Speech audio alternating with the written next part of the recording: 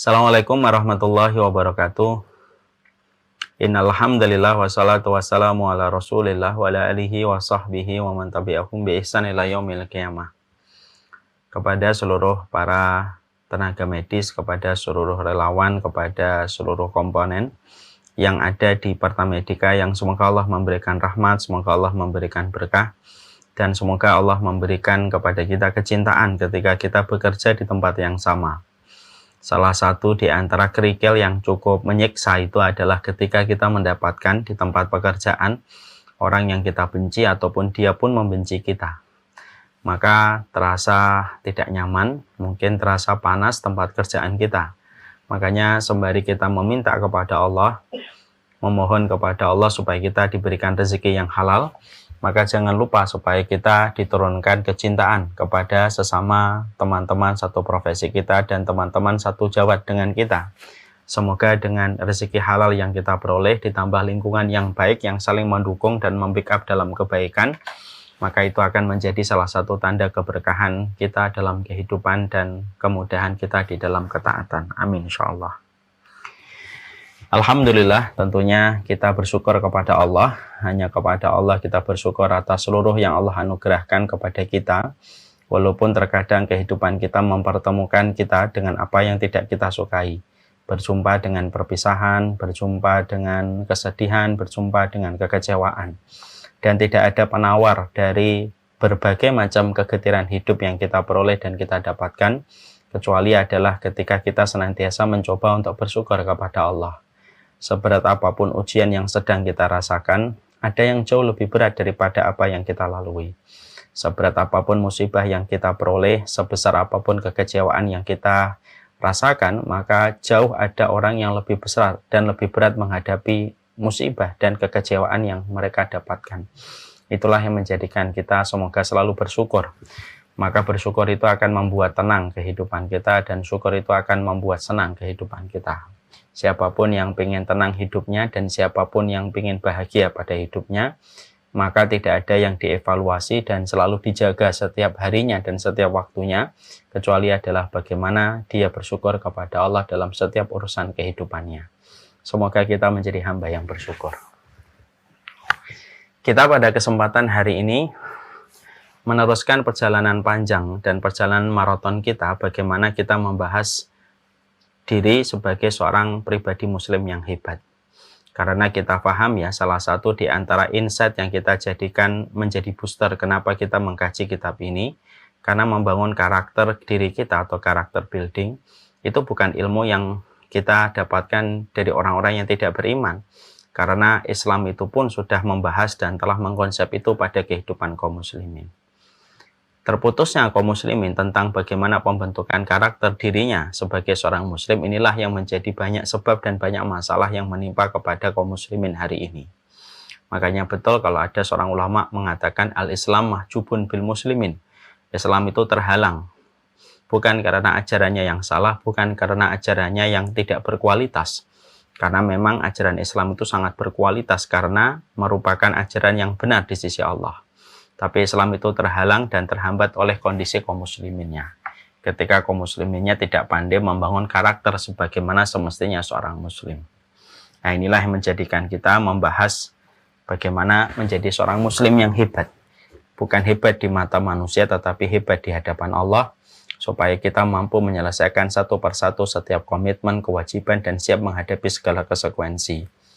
Inti perjalanan kita membahas buku ini akan menjadikan kita selalu siap untuk mengetahui bagaimana komitmen kita, mengetahui bagaimana kewajiban kita, dan bagaimana seni kita menghadapi seni, bagaimana kita siap untuk menghadapi segala konsekuensi dalam kehidupan. Nah, itulah yang kita bahas. Pada pertemuan kemarin kita masih membahas tentang bagaimana kita menjadi muslim hebat itu harus menyelesaikan PR internal dalam diri kita. Karena masing-masing manusia itu memiliki PR internal dalam hidupnya. PR internal itu adalah manusia memiliki kecenderungan dan kecondongan kepada bakhil dan pelit. Manusia memiliki kecondongan untuk berpikir yang buruk. Manusia memiliki kecondongan untuk menyia-nyiakan waktu. Dan sederet yang sudah kita bahas. Dan yang kita bahas pada pertemuan kemarin yang belum kita selesai, yaitu adalah salah satu di antara potensi keburukan dan kecondongan kerusakan, yaitu adalah manusia itu memiliki sebuah karakter, suka mengikuti syahwat, sehingga terjadilah banyak kasus perzinahan yang menyebabkan hancurnya kualitas manusia ketika sudah terjangkiti dengan perzinahan. Tentunya kita paham ya, berapa banyak keluarga yang harmonis menjadi hancur berantakan disebabkan salah satu pasangan mereka melakukan perzinahan. Berapa banyak ketenangan sebuah keluarga rusak berat ketika orang tuanya kaget sekonyong-konyong mendapati anaknya menghamili anak orang lain, ataupun anaknya dihamili sama orang lain. Dan itu menjadi masalah, karena zina itu ibarat sebuah pintu yang membuka pintu kerusakan yang banyak pada kehidupan manusia.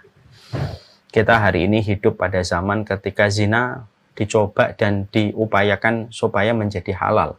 Dan diupayakan bahwasanya zina seakan-akan hal yang lumrah dan wajar. Padahal ini betul-betul merusak kualitas kehidupan, karena tidak mungkin seseorang itu akan menjadi hebat di hadapan Allah dan akan menjadi pemimpin besar dalam kehidupan dia ketika dia terjangkiti dengan perzinahan. Di mana sudah kita bahas bagaimana akibat buruk dari perzinahan itu sendiri. Kita pada kesempatan hari ini akan mencoba untuk membedah apa sih pemicu sampai terjadinya perzinahan. Kita ingin membahas ini supaya menjadi sebuah insight untuk kita dan supaya kita mampu untuk menempatkan posisi kita di antara banyak sekali pemicu dan di antara banyak sekali penyebab yang menyebabkan seseorang itu bisa melakukan perzinahan. Ini penting untuk kita ketahui, karena zina itu bukan hanya datang ketika kita senang, perempuannya menerima, lalu terjadilah kontak mata yang turun ke hati, lalu terjadilah perzinahan. Bukan hanya sesederhana itu. Tapi memang kita harus melihat pemicu-pemicunya apa saja. Ketika pemicu itu kita pelajari, ketika penyebabnya kita bedah, maka kita bisa untuk memposisikan diri kita dari perzinahan. Ketika kita tahu bahwasanya zina itu merupakan dosa yang sangat besar setelah dosa syirik kepada Allah Subhanahu wa Ta'ala. Makanya saya kemarin menyampaikan kan, zina itu merusak 4 perkara sekaligus. Merusak agama, merusak kehormatan, merusak nasab, dan merusak akal. Sekaligus 4-4-nya. Dosa-dosa yang lain itu merusak, ada yang 2 di antara 4, ada yang 3 di antara 4, ada yang merusak 1 di antara yang 4. Tapi zina istimewa dalam tanda kutip. Buruknya, zina itu merusak 4 perkara sekaligus. Merusak agama, karena dia merupakan dosa yang sangat dibenci oleh Allah. Merusak kehormatan, bagaimana kita bisa menerima apabila orang yang kita sayangi, anak kita, istri kita, saudari perempuan kita, ibu kita dizinai orang. Dia merusak kehormatan. Merusak nasab, karena orang kalau sudah berzina sampai akhirnya membuahkan kandungan, maka bapak dan ibunya tidak bersambung nasab kepada anak yang dihasilkan sebelum pernikahan. Dan merusak akal. Kenapa merusak akal? Karena tidak ada akal yang bisa menerima. Ada seorang perempuan dibuka kehormatannya, dilepaskan kehormatannya dengan cara yang tidak ma'ruf. Dia tidak memberitahu orang tuanya, dia tidak berkomitmen di hadapan Allah, dia tidak memberikan kewajiban apapun di hadapan Allah, tetapi dia menerima dirinya, diambil semua keistimewaannya oleh laki-laki yang tidak memberikan komitmen apa-apa. Makanya akalnya itu tidak ada yang bisa menerima itu. Nah, itu yang menjadikan kita akhirnya betul-betul paham, zina itu betul-betul dimurkai oleh Allah. Az-zina dainun wa qada'uhu fi ahlihi. Zina itu utang. Dan sesungguhnya cara membayar hutang itu adalah dengan kita membayarnya melalui keturunan-keturunan.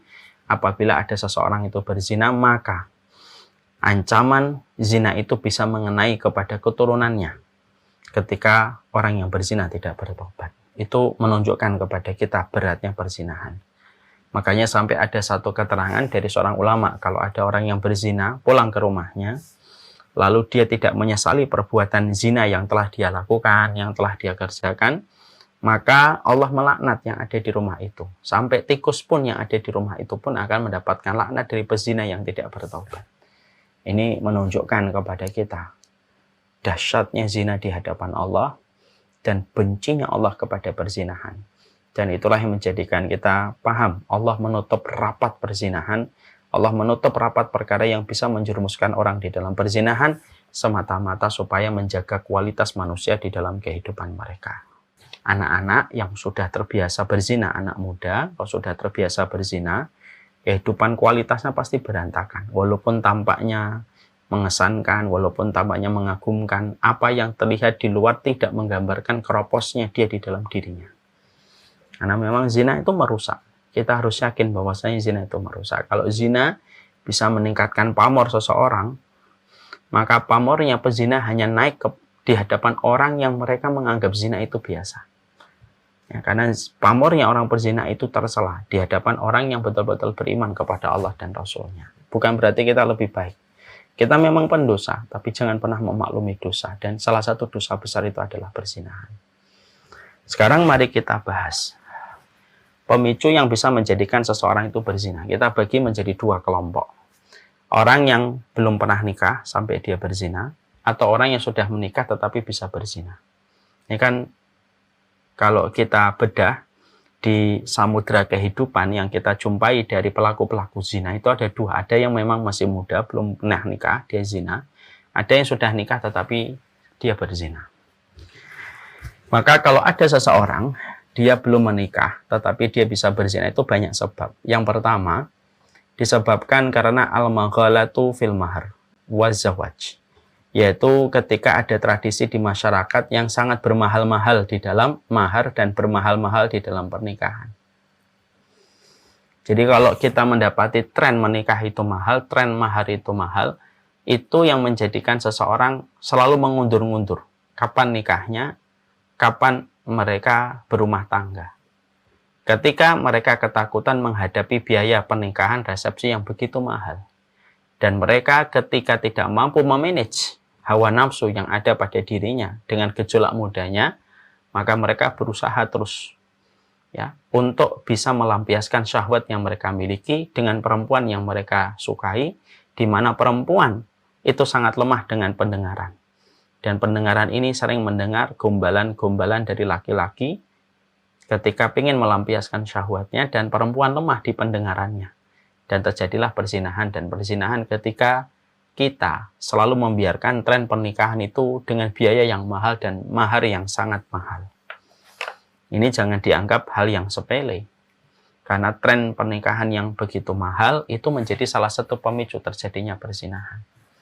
Makanya sampai orang-orang yang berzina itu, saya pernah berbicara ya dengan orang yang mungkin melakukan perzinahan, dia berkata, di lingkungan kami Ustadz, di circle kami, orang yang berzina itu sering berkata begini, ngapain kita kalau pingin makan sate melihara kambing? Paham maksudnya? Jadi kalau pingin makan sate ya jajan aja, nggak usah melihara kambing. Mahal melihara kambing. Kamu harus ngopeni, harus ngasih makan, ngasih rumput, kamu buat kandang. Padahal cuma pengen makan kambing, cuma pengen makan sate. Kalau pengen makan sate, jajan aja. Ucapan yang sebenarnya ini ucapan bagian dari tipu daya setan. Tapi kalau tidak memiliki ilmu, maka ini akan dimakan mentah-mentah. Orang beranggapan, ya daripada mahal di dalam pernikahan, saya tidak punya uang, lebih baik saya jajan. Dalam artian berzina. 500.000, 1 juta, 2 juta, saya bisa memilih yang saya mau. Dan terjadilah perzinahan. Makanya, ini pula yang menjadikan kita harus mengerti fungsinya orang tua, hartanya itu menjaga anaknya dari perzinahan. Ini menjadi sebuah masukan dan nasihat untuk saya dan untuk kita semuanya. Bapak dan Ibu, kalau kita sudah mendapati anak kita sudah memiliki kemampuan ba'ah, kemampuan untuk biologis, fungsi harta orang tua itu menjadi penjaga anaknya dari dosa dan kemaksiatan dan menjaga anaknya dari neraka. Dan salah satu penyebab masuknya orang ke dalam neraka itu adalah perzinahan. Ya.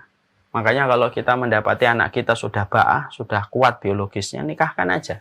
Kalaupun dia belum mapan, belum bekerja, masih berusaha untuk mencari gitu. Tapi ternyata dia sudah jatuh hati sama perempuan dan terus memikirkan perempuan itu, di mana perempuan itu juga memberikan sinyal lampu hijau kepada laki-laki itu atau kepada anak kita, udah nikahkan saja. Walaupun dia belum mendapatkan pekerjaan, maka kita yang mencukupi sampai dia berdikari di atas kakinya sendiri ketika dia terus berusaha dan berikhtiar. Saya punya teman saya ini menikah di usia yang sangat belia, sebelum 20 tahun. Saat itu sederhana, ditanya sama bapaknya, kamu sudah ba'ah belum? Sudah, saya sudah ba'ah. Kalau begitu nikah ya. Anaknya polos berkata, saya belum punya kerjaan, saya masih pengen sekolah. Tapi kamu sudah memiliki gejolak nafsu, ya. Sudah kuat gejolak nafsumu? Sudah kuat. Sudah puasa? Sudah. Apa yang kamu dapatkan ketika berpuasa? Nah, tidak mendapatkan perbaikan, artinya masih kuat gejolak nafsunya. Maka abinya menikahkan dia dengan seorang wanita yang dipilih sama anaknya. Bapaknya memilihkan wanita dan akhwatnya menjadi pilihan bagi anaknya sampai akhirnya anaknya menikah. Sebelum menikah, anaknya berkata, kalau saya nikah nanti saya dapat nafkah dari mana? Saya nanti akan mencukupi kamu. Loh, gimana nanti Bi kalau saya mendapatkan nafkahnya dari Abi? Abinya berkata, fungsinya hartanya Abi itu bukan menjadi tabungan di masa tua. Nanti di masa tua sudah ada rezekinya sendiri. Tapi fungsinya Abi punya harta itu menjaga kamu dari dosa. Dan zina itu salah satu dosa besar. Nikah, Abi akan berikan kepadamu nafkah per bulan. Kamu berapa butuhnya? Sebutlah angka nominal kepada orang tuanya. Orang tuanya ngasih terus. Sampai anaknya ini sekolah, kemudian mendapatkan beasiswa, mendapatkan tunjangan, dan dia sudah mulai berdagang dan berbisnis dan mulai mengajar. Barulah dia berkata kepada bapaknya, Bi, saya sudah punya kecukupan nafkah. Maka jazakumullah khair sudah memberikan nafkah selama pernikahan saya sampai saya betul-betul berdiri di atas kaki saya sendiri. Dan saya sekarang sudah bisa menanggung istri saya dengan harta yang saya ikhtiarkan dengan tangan saya sendiri. Masya Allah. Ini kisah nyata ini. Kisah nyata ini betul-betul memberi sebuah refleksi kuat untuk kita. Hartanya saya, hartanya Pak Eka, hartanya Pak Asep, itu menjaga anak kita dari api neraka. Dan salah satu penyebab pencetus masuknya manusia yang banyak ke api neraka itu karena perzinahan. Jadi jangan kita suka mengatakan anak kita mau nikah lalu kita berkata, belum kerja kawin, mau ngasih apa anakmu? Batu. Kayak kita lupa bahwasanya orang yang menikah dikayakan oleh Allah. Ya, selama ba'ahnya sudah ada, gejolaknya sudah ada perempuan yang memberikan sinyal hijau sama perempuan yang dia sukai dan perempuan itu memberikan lampu hijau, ini bahaya, Pak. Karena kita tidak bisa mengawasi setiap waktunya dan mengawasi setiap saatnya. Maka itulah yang membuat kita. Fungsinya harta bukan untuk menjadi simpanan di masa tua. Di masa tua nanti ada rezekinya sendiri kok. Tidaklah satu hari yang kita lewati kecuali setiap hari itu sudah ada takaran rezekinya. Dan Allah ketika mendapati kita menafkahkan harta kita untuk anak-anak kita terhindar dari api neraka, Allah pasti ganti. Allah pasti ganti. Kenapa? Karena modalnya dari Allah. Lalu kita gunakan modal yang datang dari Allah ini untuk menjaga hamba-hambanya Allah dari apa yang Allah murkai. Allah pasti ganti. Allah pasti ganti. Jangan malu nanti kalau tetangga mengatakan, anaknya belum kerja sudah nikah. Saya lebih malu kalau anak saya berzina. Belum kerja kok nikah. Loh, saya lebih malu kalau anak saya sudah berani ngajak anak perempuan orang belum bekerja tapi sudah ngajak ke sana kemari anak perempuan orang. Itu yang harusnya lebih malu. Jangan dibalik dan kita jangan terkena dan termakan framing. Oh, kalau belum bekerja kamu harus. Jangan terkena framing. Jangan terkena framing. Udah biarin aja, orang berilmu punya framing sendiri. Orang berilmu tuh punya frame sendiri yang tidak usah disamakan sama frame orang yang tidak punya ilmu. Bukan kita sombong, enggak. Idealis di dalam kehidupan. Kita nggak boleh ngerendahin orang yang belum berilmu, nggak boleh. Tapi bukan berarti kita mengikuti terus apa yang menjadi frame orang yang tidak berilmu. Orang berilmu yang ngaji harus punya frame sendiri yang jelas terhadap orang yang tidak punya ilmu. Yang kita doakan semoga semua dari kita berilmu. Jadi hati-hati terhadap fenomena mahalnya walimah, resepsi dan pernikahan. Kalau resepsi 500 juta, 1 miliar, kita terus membuat semacam itu, tentunya berat. Bagi keluarga yang mampu silahkan, tapi tidak usah kita memaksakan semuanya harus sama. Ada orang yang mampu tabungannya, simpanannya ratusan miliar. Dia mengadakan resepsi 1 miliar, 2 miliar sudah termasuk sederhana. Ya. Tidak usah kita semuanya harus paksakan. Kalau nikah bisa sederhana, sederhana. Kalau saya nanti ingin memiliki konsep pernikahan anak-anak saya sederhana. Yang penting sakral. Selebihnya uang dan tabungannya dipakai untuk bekal dia dalam pernikahan. Karena hari ini kompetisi orang mendapatkan rezeki semakin luar biasa. Maka lebih baik saving untuk kebaikan-kebaikan akhirat ketika mereka sudah memiliki kecukupan disebabkan tidak terlalu besar-besaran di dalam persepsi. Nah, makanya para ulama mengatakan salah satu sebab terjadinya perzinahan itu yaitu disebabkan karena mahalnya resepsi dan mahar yang menjadi sebab orang mengundurkan pernikahan dan terjadilah perzinahan. Yang kedua, orang itu kenapa terjadinya perzinahan itu yang kedua, karena lemahnya fungsi orang tua untuk menjadi penjaga. Lemahnya orang tua untuk menjadi fungsi penjaga.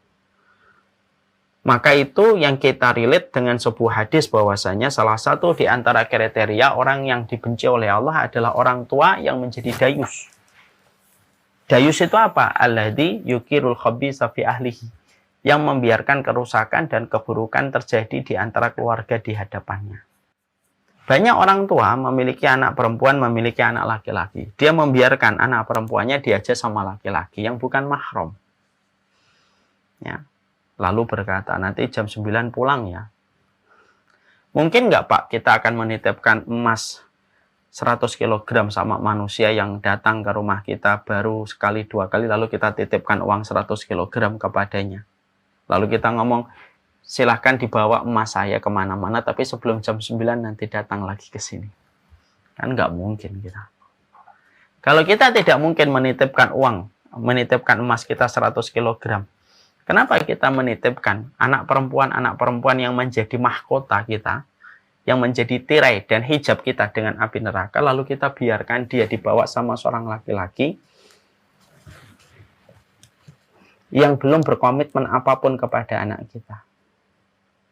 Kalau memang ada laki-laki yang serius sama anak kita, tidak usah ditepis rasa yang dia miliki. Undang baik-baik, katakan, kamu suka anak saya, ya sudah, ta'arufnya di sini, di rumah. Silakan berkenalan, tapi di rumah saja. Saya menjadi saksi ketiga atau menjadi mediatornya. Dan kita yang punya konsep, memang pendidikan terkadang harus tarik ulur, tapi ada idealisme yang harus kita hormati dan harus kita pegang dalam kehidupan hari ini. Ketika fenomena perzinahan itu persis sebagaimana fenomena gunung es, yang kelihatan tidak menggambarkan apa yang tidak terlihat. Ini kan mengkhawatirkan dan ini menggelisahkan. Ini sangat menggelisahkan. Ya. Makanya ketika ada laki-laki yang dayus, yang suka membiarkan kemaksiatan-kemaksiatan terjadi di dalam kehidupan berumah tangga, itu yang menjadi penyebab terjadinya perzinahan. Kalau kita sudah membiarkan anak perempuan kita pergi sama laki-laki, kita maklumi anak laki-laki kita senang dan sering memboncengkan anak perempuan orang, kita maklumi. Lalu kita bersembunyi atas nama zamannya zaman semacam itu. Emang zaman tidak tunduk sama orang beriman kalau kita punya iman? Kan harusnya zaman itu di bawah kendalinya orang beriman. Kalau kita tidak bisa mengendalikan zaman, kan kita diperintahkan untuk mengendalikan keluarga kita. Jangan biarkan zaman itu mengendalikan keluarga kita. Tapi kitalah yang mengendalikan keluarga. Makanya, salah satu di antara pencetus terjadinya perzinahan itu apa? Longgarnya orang tua membiarkan. Bagaimana dia berinteraksi kepada lawan jenisnya. Kita harus paham, Pak dan Ibu ya. Kayak kita nggak pernah muda dengan seluruh gejolak syahwat yang dimiliki dan kita merasakan bagaimana gejolak syahwat itu. Apalagi hari ini. Ketika anak-anak kita dipaksa untuk lebih cepat dewasa dalam urusan itu dengan berbagai macam tayangan, feed, dan konten yang terus mengarah kepada perkara itu. Ya. Makanya fungsinya seorang ayah itu kalau dia menjalankan tugasnya dengan baik, insya Allah terminimalisir perzinahan. Kalau dia betul-betul tidak menjadi dayus, membiarkan, memaklumi, biarlah zaman semacam itu dengan apa yang terjadi di luar. Tapi kita memiliki kendali atas keluarga kita. Seorang ayah itu harus betul-betul selayak macan, supaya setiap orang tidak begitu mudah dan meremehkan untuk mengambil anak-anak yang ada di dalam rumah itu. Kalau semuanya ayah itu kayak kucing, membiarkan, ya semuanya akan digondol satu persatu anak. Dan begitu kagetnya kita dihantam sebagaimana palu ketika kita menjumpai. Misalkan anak kita berzina, anak kita sudah hamil, sudah rusak Pak kita. Dan hancur berantakan perasaan kita. Makanya itulah kenapa Allah sangat membenci orang yang membiarkan kemaksiatan terjadi di hadapan matanya walaupun dia sholat. Walaupun dia sholat, walaupun dia puasa, tapi dia membiarkan kemaksiatan terjadi pada keluarganya, maka yang pertama kali mendapatkan beban hisab dan ancaman hukuman itu adalah seorang bapak di rumah itu. Itu yang menjadikan kita, dalam urusan lain kita luwes Pak, tapi dalam urusan lawan jenis kita memang harus tegas. Dalam urusan kita dapetin anak kita, masalah hobinya, masalah apanya, mungkin kita luwes gitu. Tapi masalah lawan jenis itu kita harus strike. Ya, tentunya dibangun komunikasi yang baik. Saya pernah membaca salah satu penelitian ya. Rata-rata perempuan yang mau diajak zina sama laki-laki itu memiliki benang merah. Benang merahnya itu apa? Hampir di atas 50% koresponden itu memiliki benang merah yang sama. Mereka tidak dekat dengan figur ayahnya. Untuk bilang tadi. Kalau ada anak perempuan, kalau dia tidak dekat sama ayahnya, maka dia akan mencari pelampiasan kasih sayang melalui laki-laki lain yang dia bisa dapatkan. Dan laki-laki itu kalau yang menjemput kesempatan ini dan mengambil kesempatan ini laki-laki yang hanya punya nafsu, selesai. Jadi ternyata, kenapa dalam Quran itu selalu dibahas dialognya ayah dengan anak? Karena membangun kedekatan seorang ayah kepada anak, terutama anak perempuan, itu bisa menjadi salah satu pengendali seorang anak perempuan tidak mau diajak berzina. Karena dia sudah mendapatkan tangki kasih sayang penuh dari ayahnya. Ibaratnya endorfinnya sudah cukup. Tangki kasih sayangnya sudah cukup dia dari bapaknya. Sehingga dia tidak haus dengan tangki kasih sayang yang disampaikan oleh musang berbulu domba. Yang suka menebarkan kata-kata gombal supaya menjebak perempuan-perempuan diajak berzina. Ya. Makanya itu figurnya seorang ayah. Jadi kalau kita sudah membiarkan anak pacaran, Pak, ya susah, Pak. Anak itu akan protes nanti di hadapan Allah kalau dia dihisab. Kenapa kamu megang perempuan? Kenapa kamu ajak dia berdua? Kenapa kamu sama perempuan gitu?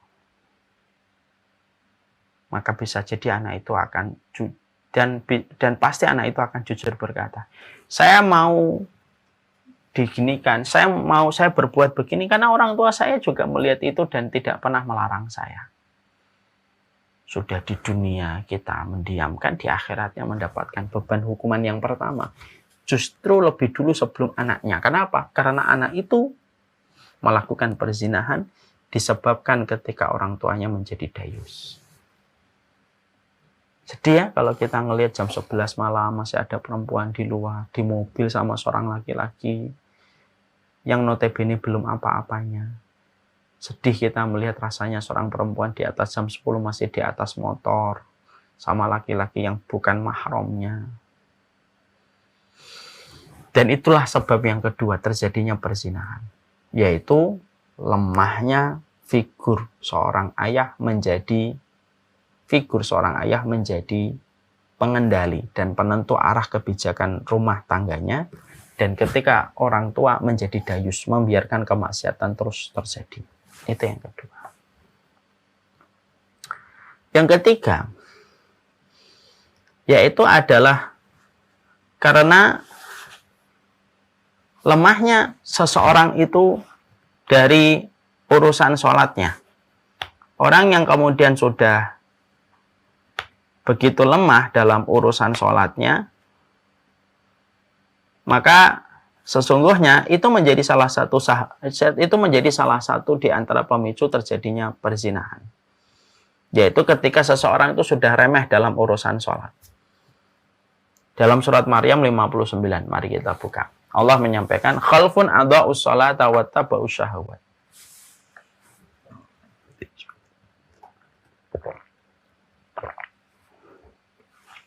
Ya. Allah menyampaikan, fa khalafa min ba'dihim khalfun adha'us sholata wattaba'us syahawat. Lalu mereka tinggalkan generasi setelah itu, satu generasi, adha'us sholata, mereka meremehkan sholat, wattaba'us syahawat, dan mereka menuruti syahwat. Kenapa ada kata adha'us sholata? Ada kata adha'us sholata, meremehkan sholat. Lalu kata keterangan setelahnya, setelah meninggalkan sholat itu apa? Wattaba'us syahwat, pasti ngikutin syahwat. Karena sholat dan syahwat itu beriringan. Kalau dijaga dengan baik, syahwatnya akan dikendalikan oleh orang yang menjaga sholat. Kalau sholatnya diremehkan, maka syahwatnya akan tidak terkontrol, liar, tidak terkendali. Ketika seseorang itu sudah meremehkan sholat. Makanya kita menjumpai dan kita mendapati kenapa syariat sholat itu begitu tegas diletakkan di dalam syariat Islam. Kalau kita mendapati anak kita tidak puasa sampai 10 tahun nggak ada, disuruh mukul. Tapi kalau anak kita 10 tahun nggak sholat disuruh mukul, Pak. Dengan pukulan mendidik ya, pukulan kasih sayang. Bukan pukulan kepala, bukan pukulan kebencian, tapi pukulan kasih sayang. Pertanyaan kita, kenapa anak kita kalau nggak sholat disuruh mukul? Karena sesungguhnya kalau dia sudah berantakan sholatnya, ketika kita tidak mendidiknya dari kecil, maka yang akan menjadi feedback langsung dari orang tidak melaksanakan sholat itu pasti syahwat. Makanya ulama mengatakan, orang yang berzina rata-rata memiliki kesamaan dan keserupaan. Mereka meremehkan sholat. Makanya kalau boleh kita berkata, kalau kita mendapati ada anak kita kok susah sholat, padahal sudah balik, sudah 15-16 tahun, minimal harus dicek handphonenya. Dilihat itu handphonenya. Kenapa? Karena Allah sudah menyampaikan sebuah peringatan. Di dalam surat Maryam 59, fa khalafa min ba'dihim khalfun adha'us sholata wattaba'us syahwat. Maka hati-hati terhadap satu generasi yang kamu tinggalkan. Yaitu adha'us sholata, meremehkan sholat, wattaba'us syahwat, dan ngikutin syahwat ya. Maka terjadilah kerusakan itu. Makanya yang ketiga, pemicu terjadinya perzinahan itu adalah karena kita menjumpai dan ketika kita mendapati orang sudah meremehkan urusan sholatnya karena tidak mendapatkan pendidikan yang kuat di keluarganya. Pendidikannya tidak kuat di dalam keluarga, meremehkan sholat, dan akhirnya terjadilah perzinahan. Ini berlaku umum, baik yang masih muda ataupun yang sudah tua. Kalau ada perilaku laki-laki tua hidung belang sampai berzina, maka dibalik terjadinya perzinahan itu karena urusan meremehkan sholat. Urusan meremehkan. Yang tidak bisa orang yang sholih itu terus kemudian terjaga sholatnya, lalu dia mengikuti syahwat itu, kalau sholatnya benar tidak mungkin terjadi. Makanya ini yang menjadi sebuah instruksi langsung kepada kita. Jaga sholat kita, jaga sholat anak-anak kita. Di masjid. Anak aja itu bawa anak-anak, Pak. Ya. Ramainya masjid dengan suara anak itu jauh lebih baik daripada sepinya masjid dari anak-anak yang tidak pernah dibawa orang tuanya ke masjid. Tersenggolnya kita dalam sholat oleh anak-anak. Ketika anak-anak sudah dikasih tahu, tapi terkadang namanya anak-anak dunianya dunia bermain. Tersenggolnya kita dengan anak kita ketika sholat jauh lebih mulia daripada orang tua yang tidak pernah menempelkan kelingking kakinya dengan kelingking anaknya ketika di masjid. Artinya tidak pernah diajak sholat anaknya. Kelingking kaki orang tuanya tidak pernah nempel pada kelingking kaki anaknya. Itu musibah itu. Itu musibah. Nah, karena ketika ini sudah khalfun adha'us shalah, sudah diremehin sholatnya, wattabau syahwat, pasti ngikutin syahwat.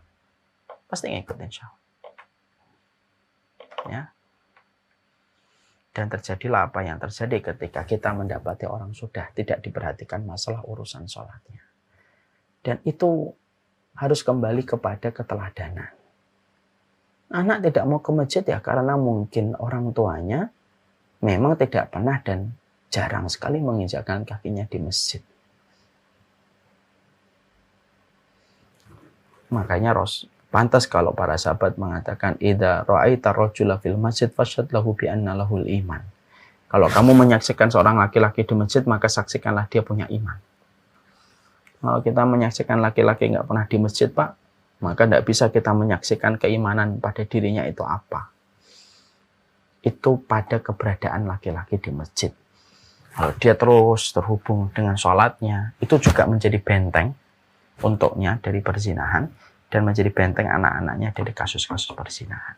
Zina itu merusak. Dan hukuman zina itu terus mengintai, membayangi orang berzina. Kecuali orang yang diberikan rahmat ketika tobatnya diterima oleh Allah. Itu yang ketiga. Yang keempat, terjadinya perzinahan bagi sebagian anak muda, yang hari ini fenomena mereka sebagaimana fenomena gunung es. Karena zina itu sekarang sudah mengalami berbagai macam fase hingga pada fase diterima oleh sebagian orang. Dari namanya tidak disebut dengan zina tapi hubungan pranikah, ML, dirubah namanya supaya tidak lagi mengandung kontroversi yang menjijikkan. Ya. Lalu masuknya film, lalu mengatakan nggak apa-apa hubungan selama atas dasar suka sama suka. Ya.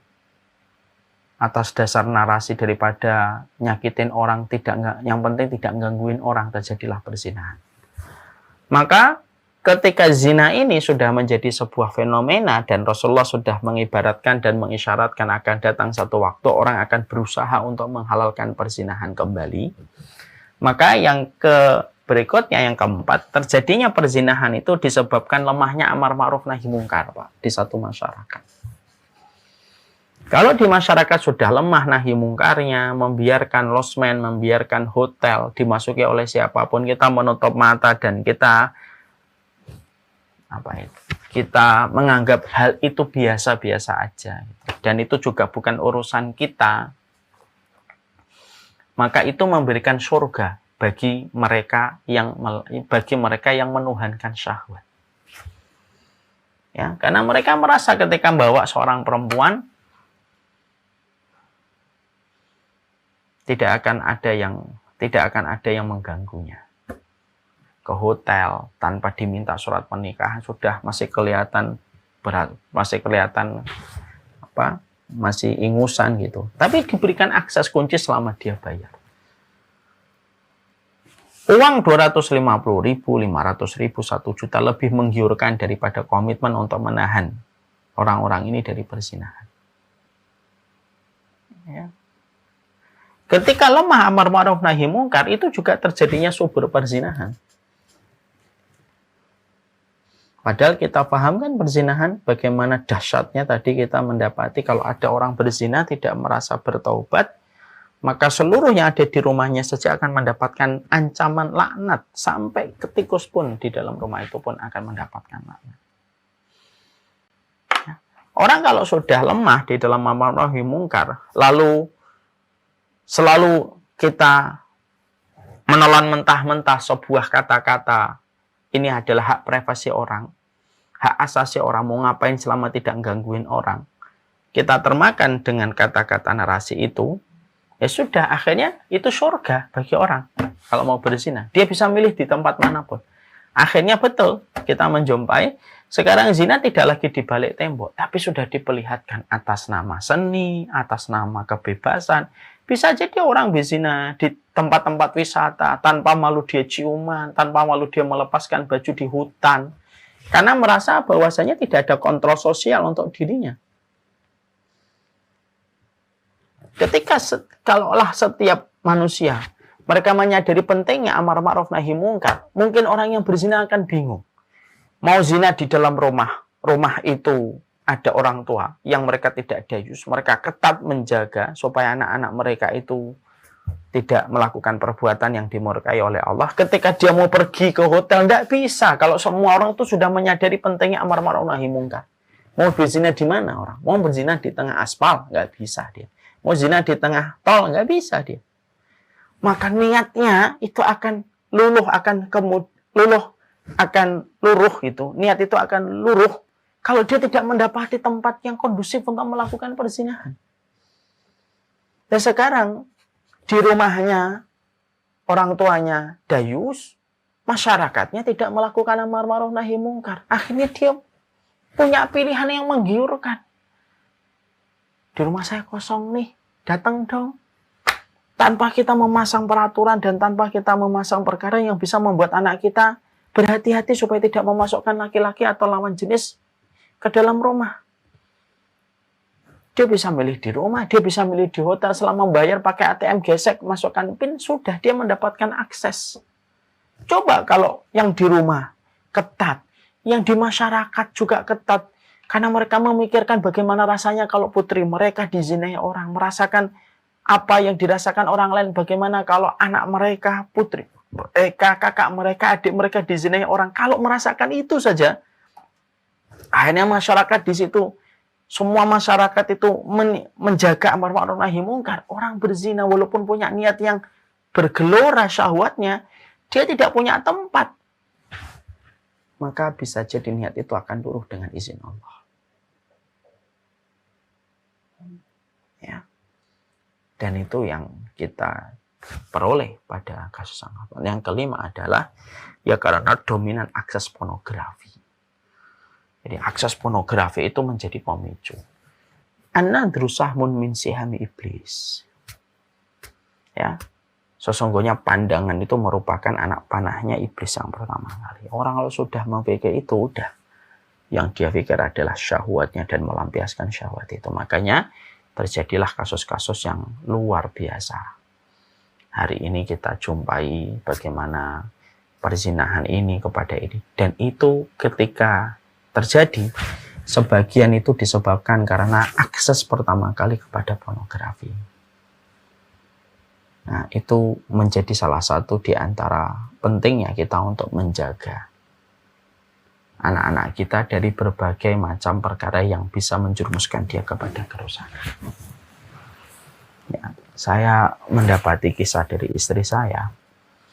Dia mendapati ada salah satu jamaah yang beliau kenal gitu, sedih betul ketika mendapati putri mereka yang masih belia sudah terkena pornografi di usia yang sangat belia, disebabkan karena dia memiliki lingkungan dan lingkungan itu yang melihat akses pornografi menimpa kepada anak mereka yang mereka cintai di usia belia sudah mendapatkan racun yang sedahsyat itu.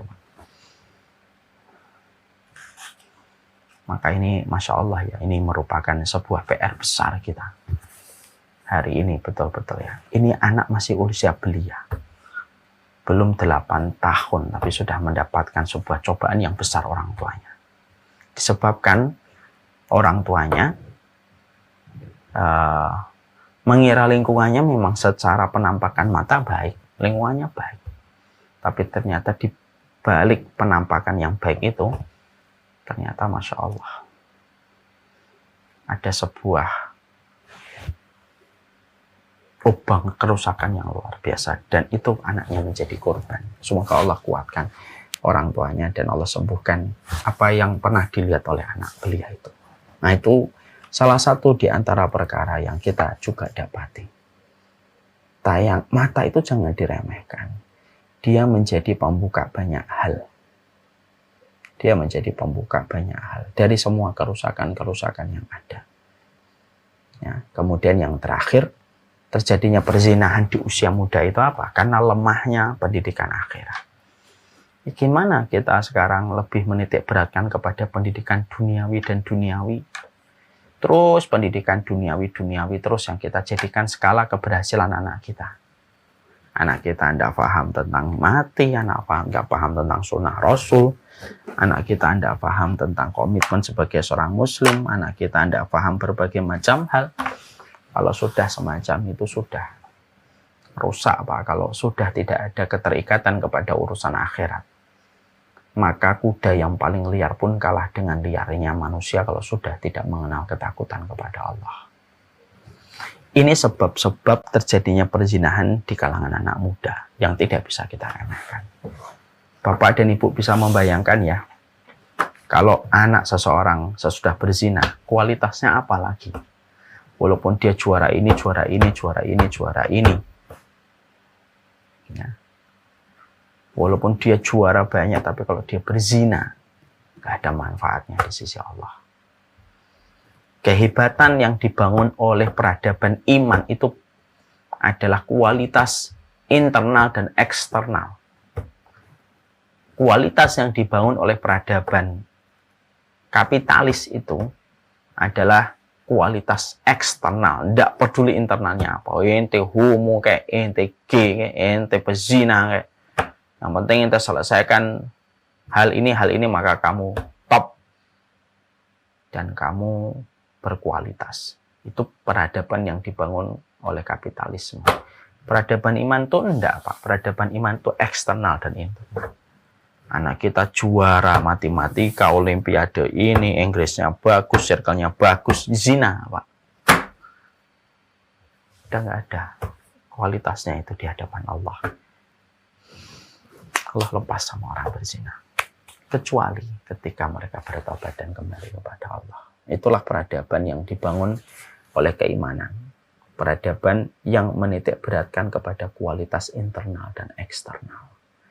Dan salah satu PR kekurangan dan kecondongan jiwa kita itu adalah syahwat. Sekarang yang terjadi. Kenapa zina bisa menimpa sama kalangan sudah nikah? Artinya kan dia sudah tahu bagaimana rasanya bersama dengan pasangannya yang halal. Tapi kenapa banyak perilaku perzinahan dilakukan sama orang yang notabene sudah menikah? Nah, ini ada beberapa poin. Insya Allah pada pertemuan berikutnya kita akan bahas. Wassalamualaikum warahmatullahi wabarakatuh. Walhamdulillahirrahmanirrahim. Saya serahkan kembali kepada Pak Eka.